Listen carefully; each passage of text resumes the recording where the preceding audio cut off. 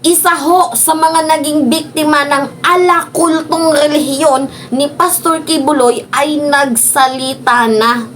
Kanina habang binabasa ko ang article, ako ay nagugulantang, nahahaluan ng takot, kaba, inis, galit. How much more pa kaya yung emotion ko ngayon na narinig ko mismo coming from the first hand information. Talaga nga namang mafe-feel mo yung kanilang pain, yung kanilang pagsasuffer nung nandoon sila sa kamay ni Pastor Apollo Kibuloy. Talaga nga namang yung pang-aabusong ginawa sa kanila ay talagang hindi kalimot-limot. Salamat ho sa expose na ito, Senator Risa Ontiveros. Anyway, ipapanood natin sa inyo yung video. So, babala ko sa inyo guys, watch with your own risk. Isa po ako sa mga pastoral ni Pastor Apollo C. Kibuloy nung ako po ay nandoon kasama nila. Ang ibig po sabihin ng pastoral, tayo po ay member sa inner circle. Dalawang uri po ang pastoral. Merong inner circle at innermost circle. At ako po ay nabilong sa inner circle. I was 15 years old po nung una po ako na-convert kay Kibuloy. At pinasabak po kami, namamalimos po ako doon sa Amoranto. Pinadala po kami from Davao to Manila para mamalimos po. At ang una ko pong natirahan, una po namin natirahan ng aking sister ay Amoranto, Coliseum dyan sa Cubao, noong 1991 po. At pinapapanggap po kami ng mga pipi at bingi at mga fake Grabe! student. May dala-dala po kaming iba't ibang association para kami po ay lumikom ng pera. Isa po Grabe. sa mga association na dala namin ang CGF, Children's Joy Foundation, Pag-asa ng Buhay, Pagdamay sa Dukha Association, Shivers, Sons of David. 7 po yung association. Nakalimutan ko po yung iba, but I have written that up somewhere. Kaya po kami pinapapanggap na bilang estudyante at mga pipi at pingi para kami po ay makakuha ng mga simpatiya sa mga tao at malaki po ang aming remittance. Hanggang kalaunan po ay pinapatinda po kami ng mga puto at kutsinta dyan sa Maynila. Pero bago po kami pinapagtinda dyan sa Maynila, nag-umpisa po kami magtinda ng puto at kutsinta sa Davao.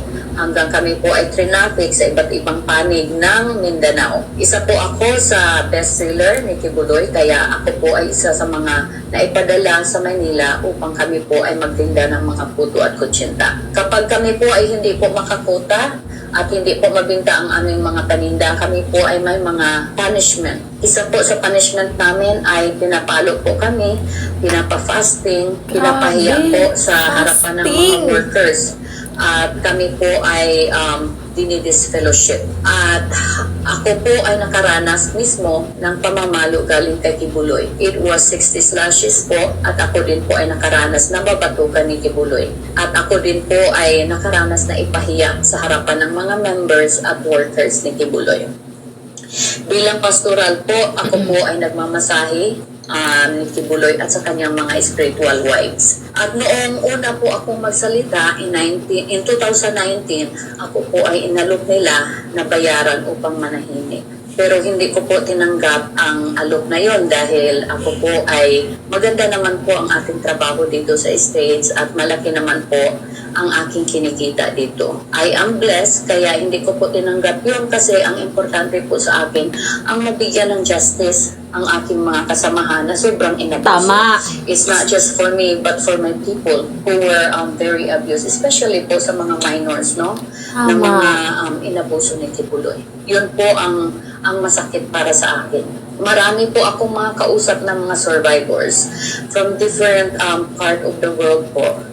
At sa akin po sila lumalapit, nag-vent out po sila sa kanilang mga struggles. Kaya po ako ganito, courageous para po sa kanila, hindi po para sa akin.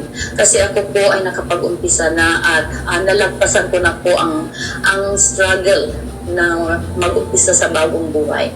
Pero ako po ay nasasaktan para sa kanila kasi marami po sa kanila that until now, they are struggling. Especially po yung mga minors na masyadong inabuso ni Kibuloy. Doon po ako masyadong nasasaktan.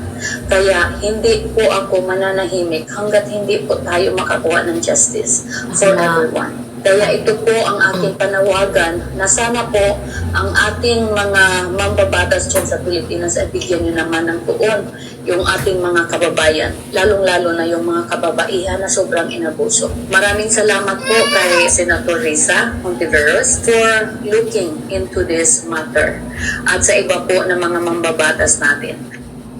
Yan, grabe ang sinapit nilang pang-aabuso, bullying, harassment, whatever else, kung ano pa man dyang mga classification of pang-aabuso. Pero grabe ho ang kanilang dinanas at gamit na gamit ang relihiyon para kumita ng sandamakmak na salapi itong si Pastor Kibuloy. At recently guys, to pakita ko sa inyo, witness din tong video na to na up to this moment nag-i-exist pa din ang pamamalimos ng Kingdom of Jesus Christ, hindi lang sa Pilipinas kundi sa iba't ibang dako ng mundo. Nangihingi nyo na to. Hindi totoong katoliko ka. Sisinungaling ka. Ano ginagawa mo rito? Bawal yan. Kaya kibuloy ka eh. Di ba? Hindi. Kaya kibuloy ka. Ayan Dali kita sa pulis tara. Yun naman pati sa airport, ginaganyan nyo. Sinisira nyo pangalan ng mga Pilipino. Nakakahiya kayo. Ginagawa nyo mga pulubay mga Pilipino. The Children's Dream Foundation. No, KJC is what? Under the Kingdom of Jesus Christ for Children. So you are from Mr. Kibuloy, Pastor Kibuloy, yeah? Yes or no? It's under sa... Diba? Up to this moment, nag-i-exist pa din ang pamamalimos. So, sa mga teenager or mga still minor na biktima pa din ho nitong karumal-dumal na pang-aabuso ni Pastor Kibuloy, magsalita na ho kayo, kumawala na kayo dyan kasi impyerno ho ang papupuntahan nyo. Kasi guys, sabi niya, siya daw ho ang tagapagligtas. Siya daw ho ang kaisa-isang anak daw ho ng Panginoong may kapal. Self-proclaimed appointee Son of God. Kayang magpa-stop ng lindol, kayang mag-stop ng bagyo. Kahit nga yung mga TV network station, kiniklaim niya na kaya niyang ipastop. Diba? So, halos lahat ng sinasabi niya, kabulshitan. That's not true, guys. So, mahilig kasing mag-mind conditioning itong si Pastor Gibbs. Hindi nyo ba alam guys? Dito ko naiiyak sa parte na to Dito sa parte na lang to kasi nabasa naman natin yan Yan Some of these pastoral were still minors during their recruitment. And during the period they were made to perform sexual services. Imagine kung ilang mga kipay-labo ang na open ni Kibuloy dahil sa kanyang kalijugan, diba? Libog-libog ni Pastor Gibbs. Allegedly lang to guys kasi binabasa lang naman natin yung nasa article. Ilang mga kababaihan ang naabuso mo? Ilang mga kababaihan ang gamit na gamit mo?